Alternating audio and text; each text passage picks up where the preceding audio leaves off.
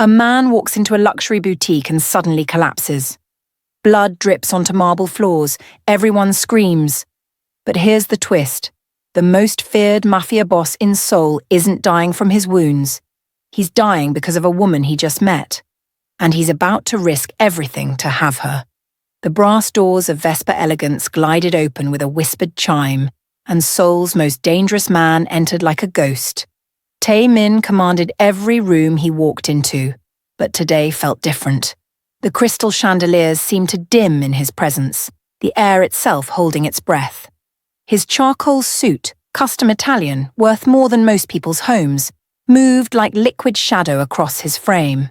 A platinum Patek Philippe caught the light on his wrist. His face was carved from obsidian, sharp jawline, dark, unforgiving eyes, the kind of beauty that made people uncomfortable. Staff members froze mid-motion, their bodies instinctively recognizing danger. This wasn't just any customer. This was Tae-min, the man who controlled Seoul's underworld, the syndicate boss who'd ordered hits without blinking, whose name whispered in dark corners, made grown men weep. People didn't survive crossing him. Those foolish enough to meet his stare usually regretted it within days. But today, Tae-min wasn't hunting. He wasn't intimidating. He wasn't even supposed to be here.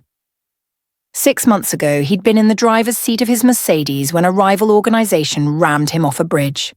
The doctors said he was lucky to survive. Lucky. He'd laughed. Actually laughed, when they delivered the real diagnosis.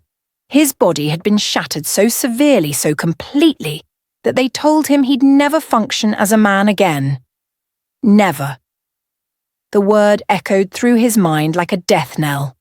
For months, beautiful Korean actresses and models had tried seducing him, thinking wealth could fix anything. Each encounter ended in humiliation. They'd leave his penthouse whispering, pitying him, treating him like a shell of what he used to be.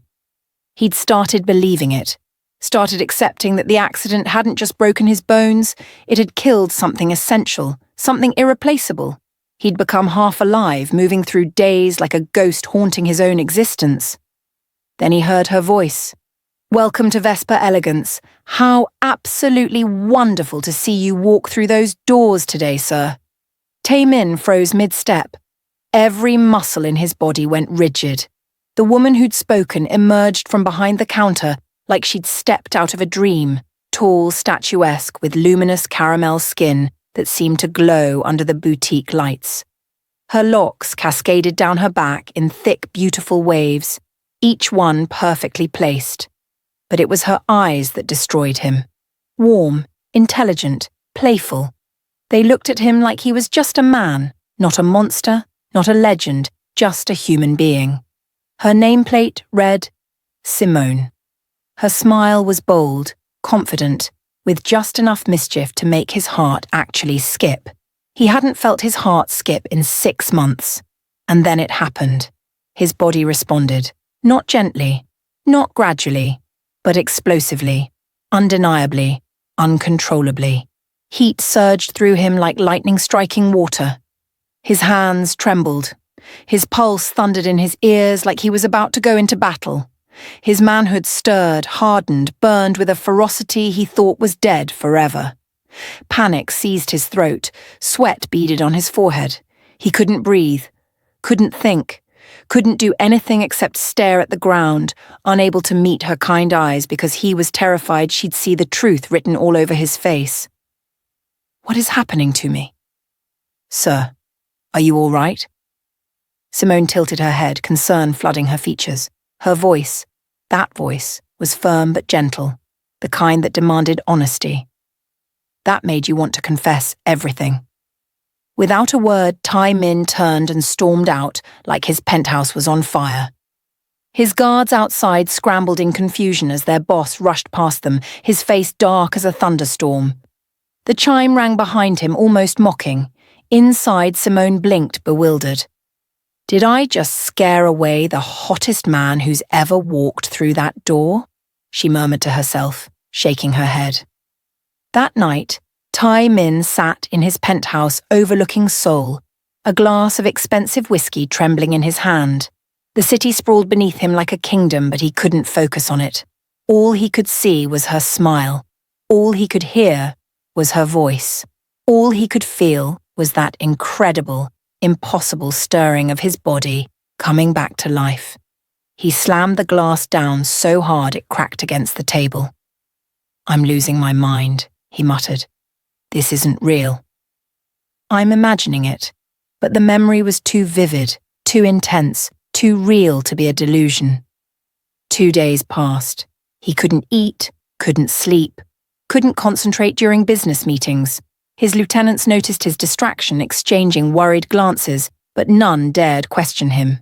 Desperate, he called his personal physician. "You're saying your body responded?" His doctor's voice crackled through the phone, thick with skepticism. "Yes."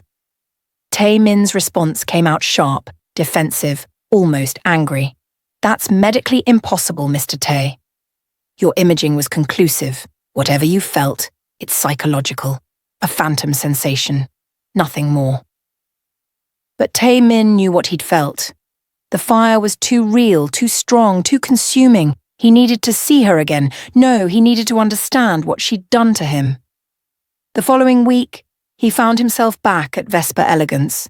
This time, he came alone. No guards, no protection. A mafia boss walking into public territory undefended. It was unheard of, dangerous, completely unlike him. But he'd stopped caring about convention. The moment the chime rang, his entire nervous system ignited. "Back again," Simone said, her lips curving into a teasing smile. She wore a tailored cream ensemble that hugged her curves perfectly, and her eyes sparkled with curiosity and amusement. "I didn't think the great Tae Min was the shopping type." His heartbeat thundered. His body responded instantly, that same electric surge of heat and need.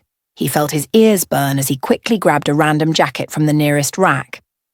"I'll take this," he muttered, refusing to meet her eyes. Her laughter was rich, playful, absolutely devastating. "Are you sure? That one's 2 sizes too small, unless you're planning to gift it to one of your companions?" His face flushed crimson. He tossed the jacket, grabbed another, then another, buying them all without even glancing at the price tags. His credit card didn't even blink at the 7-figure total. Simone leaned forward against the counter, resting her chin on her palms. "You know, most men don't come here alone. And certainly not you. So why is Seoul's most feared man suddenly obsessed with my boutique?" Her boldness was breathtaking. No one, absolutely no one, dared talk to him like that. Instead of anger, he felt something else entirely. Something alive, something he'd thought died in that car crash. "Maybe I just like your store," he said quietly, finally meeting her gaze. She didn't look away. Or maybe you're running from something, or someone." She stepped closer, her voice dropping to a whisper. "Maybe you're running from yourself."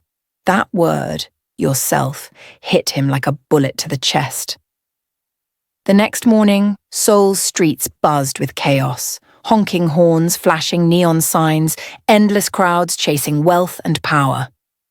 Inside the penthouse conference room of the Thai syndicate, however, the atmosphere was ice cold.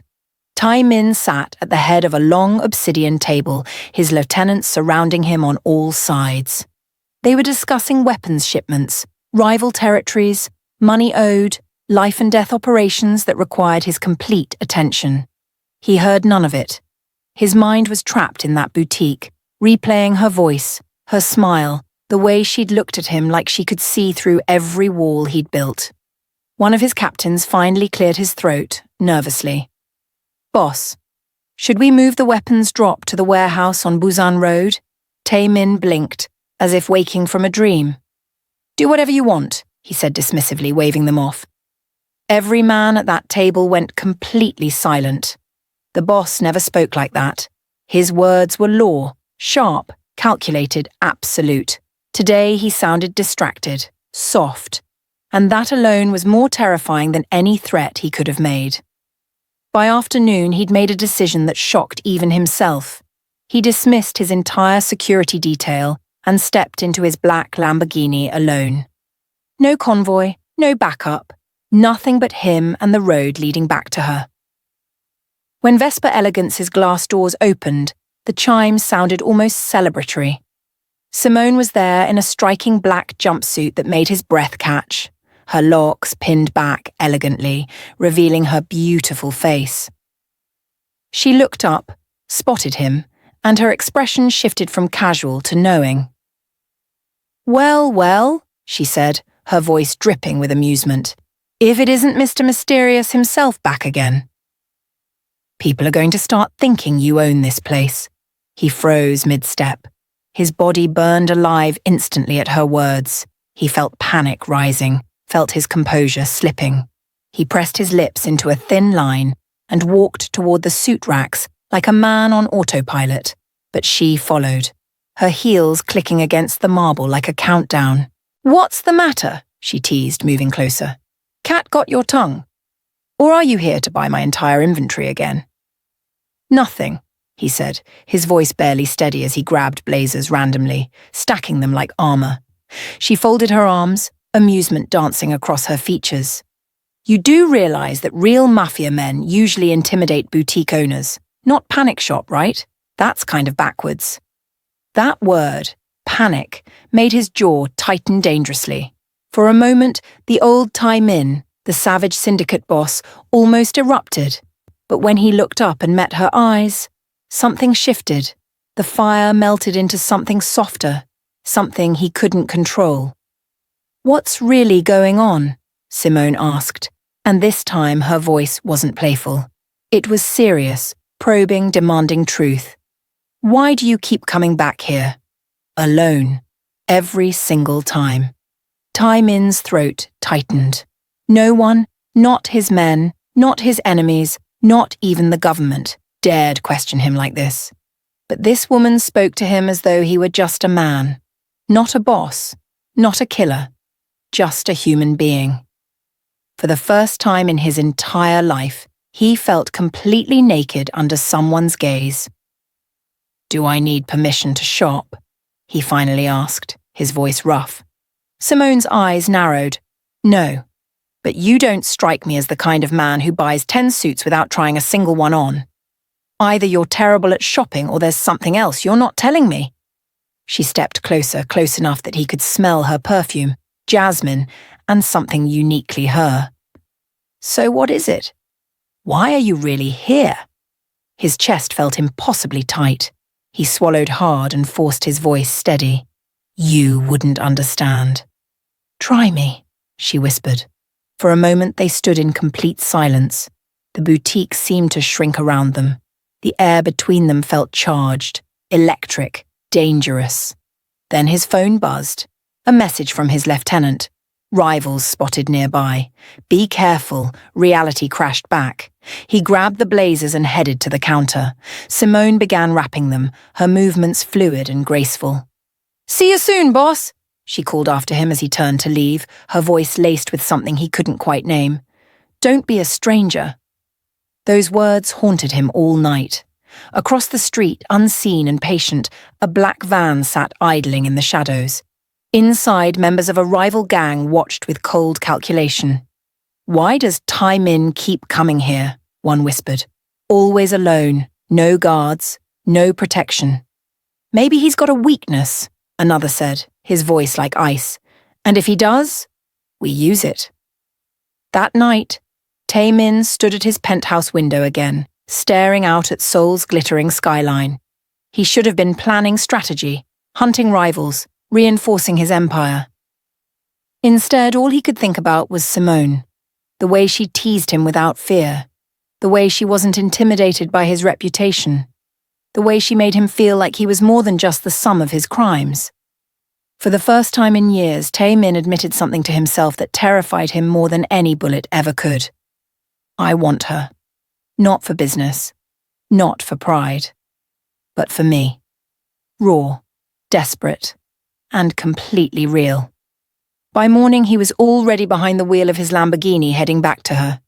He hated how much he needed this, hated the desperation burning through his veins. But he couldn't resist it anymore. The boutique doors chimed as he entered.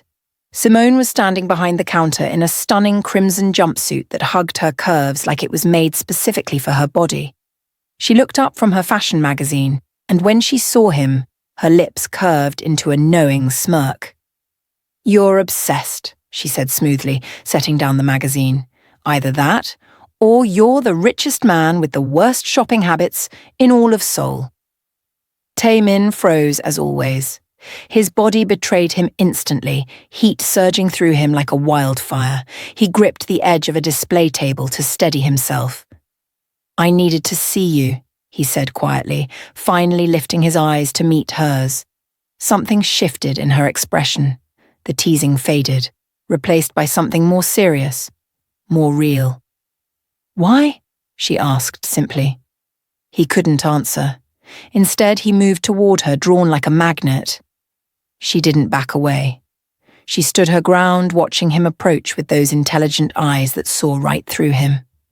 When he was close enough to touch her, he reached out slowly and brushed a stray lock from her face. "Because when I hear your voice, I feel alive for the first time in months," he finally said. "Because you're the only person who's ever looked at me like I'm just a man, not a monster. Because—" He paused, struggling with words he'd never spoken before. "Because you woke something up inside me that I thought was dead." Simone's breath caught. For a moment, neither of them moved. Then, slowly, she reached up and placed her hand against his chest. Under her palm, his heart raced like it was trying to escape his body. "This is dangerous," she whispered. "For both of us." "If people knew about this—" "I don't care," he interrupted, his voice fierce. "For the first time in my life, I don't care about the consequences. I just care about you." He kissed her then, right there in the boutique, and it wasn't gentle or tentative. It was desperate, hungry, all-consuming. It was a man claiming his salvation. It was proof that he was still alive. Outside, across the street, the van moved. The radio crackled to life. "He's vulnerable," a voice said coldly, "and we just found his breaking point. Move in tonight." That evening, as Tae-min left the boutique with shopping bags he didn't need, the attack came without warning. A transport screeched around the corner, tires screaming, masked figures poured out like a swarm of locusts, weapons gleaming under the streetlights. Rain began to fall, heavy and relentless. Tae-min's instincts kicked in instantly. He dropped the bags, drew his pistol, and fired with lethal precision. 2 attackers went down immediately, but more kept coming. A blade slashed across his side, tearing through flesh and fabric. The pain was white-hot, all-consuming, but he fought like a cornered beast, blood mixed with rain on the asphalt. His movements were fluid, deadly, but there were too many of them. His strength faltered as blood seeped through his shirt. Then a horn blared, bright headlights cutting through the chaos. The rivals scattered like roaches, disappearing into the night. Tae-min stood alone in the rain, wounded and furious and desperate. Instead of calling his men, he did something reckless, something impossible, something no mafia boss should ever do. He dragged himself back to the boutique. By the time he stumbled against the glass doors, Simone was inside counting cash. She gasped at the sight of him, soaked, bleeding, his black shirt clinging to his body like a second skin. "Oh my God!" She rushed forward, unlocking the door and pulling him inside. "What happened?" "Nothing," he muttered, his teeth clenched in pain. "Just a scratch." She glared at him. "A scratch!" "You're bleeding all over my floor." She helped him collapse into one of the velvet chairs, then disappeared into the back room. She returned with a first aid kit, her hands trembling but determined. "Take off your shirt," she ordered. He smirked faintly through the pain. "You're bold." "Don't joke with me right now," she snapped. "Do it." Slowly he obeyed, peeling off the blood-soaked fabric. Simone's eyes widened. His chest was a landscape of scars, old wounds from years of violence, fresh cuts from tonight's fight. His body was powerful and sculpted, but broken in places. Beautiful and terrible all at once. She cleaned the gash on his side, pressing firmly while he hissed, his muscles tensing. "Hold still," she murmured, her tone softening. You act like you're made of stone, but you bleed just like everyone else." For a heartbeat, their eyes locked. The space between them seemed to shrink, heavy with unspoken electricity. "Why didn't you go to your men?" she asked quietly. "Why come here?"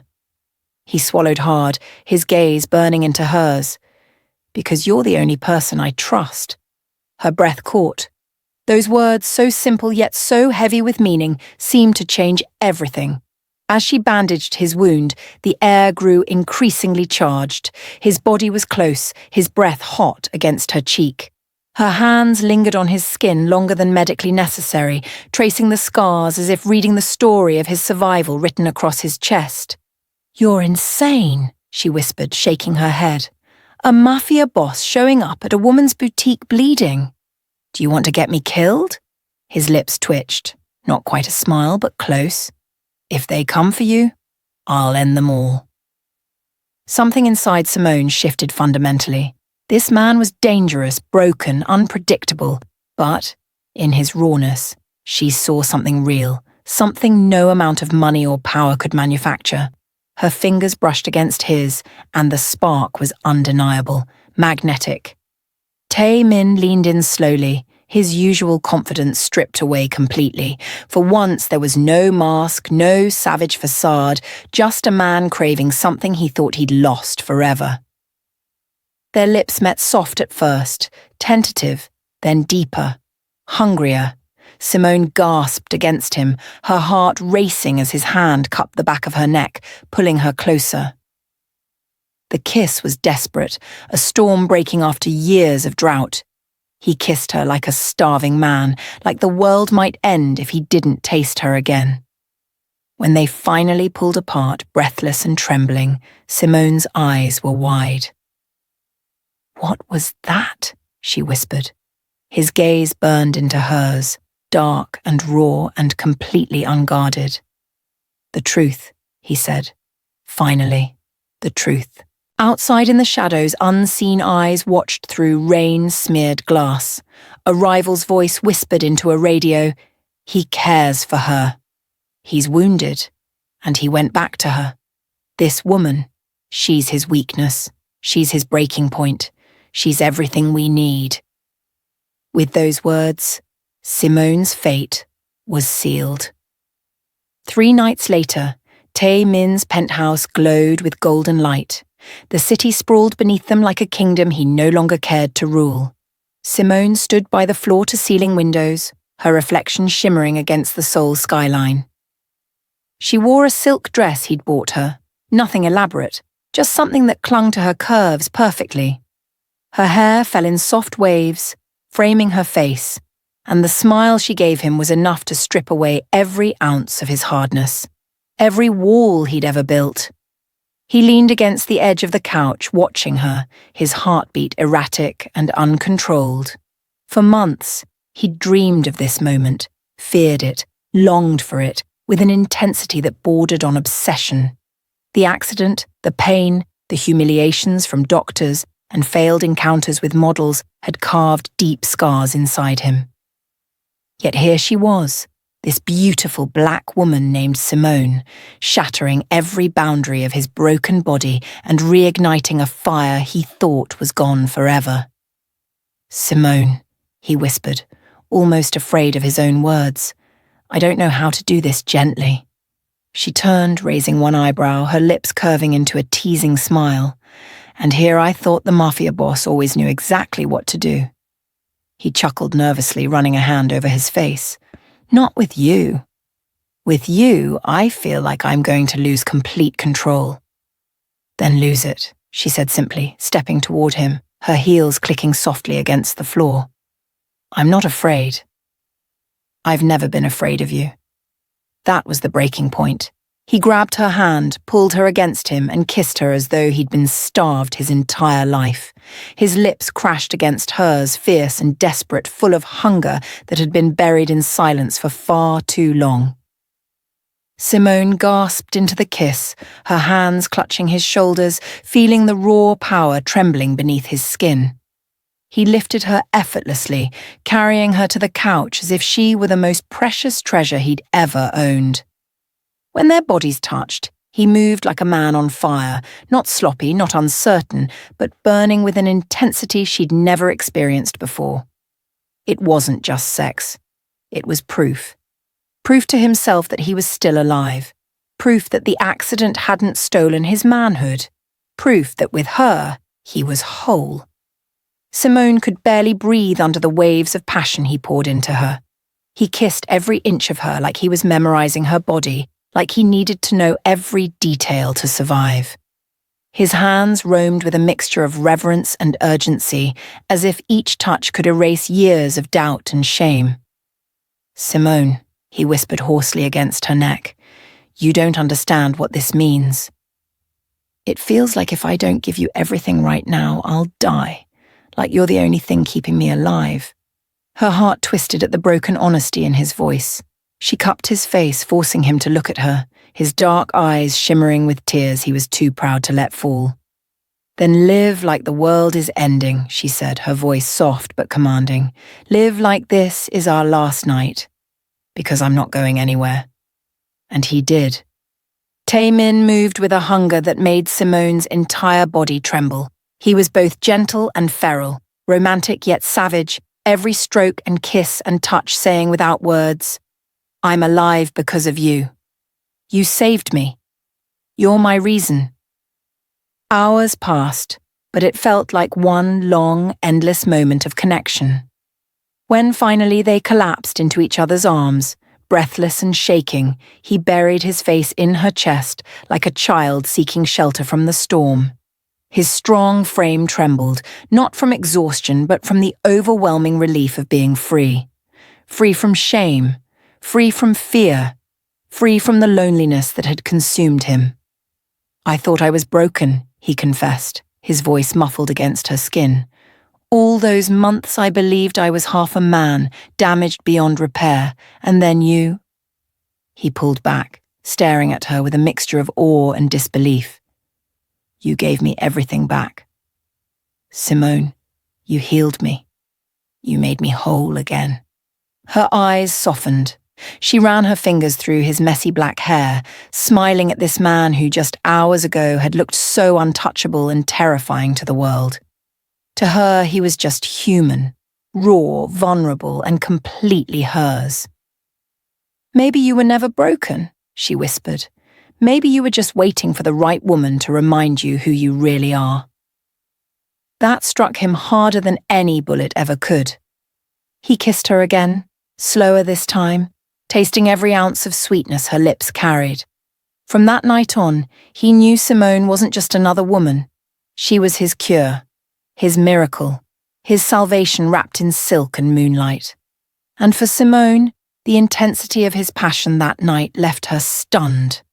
She'd never been taken with such desperate romance, such all-consuming need, as though the man was writing his soul across her skin. She realized she wasn't just helping him reclaim his strength. She was falling into something far deeper, far more dangerous than she'd ever imagined possible. For the first time in his violent, chaotic life, Taemin whispered words he never thought he'd say. "Don't ever leave me. Promise me." And for the first time in hers, Simone answered without hesitation, "I'm not going anywhere. I promise." The city outside kept shining, oblivious to the storm of love burning inside that penthouse. But in that room, under the glow of dim golden lights, the MAFIA boss and the boutique owner sealed something more powerful than any deal, more dangerous than any rivalry, and more unbreakable than any scar.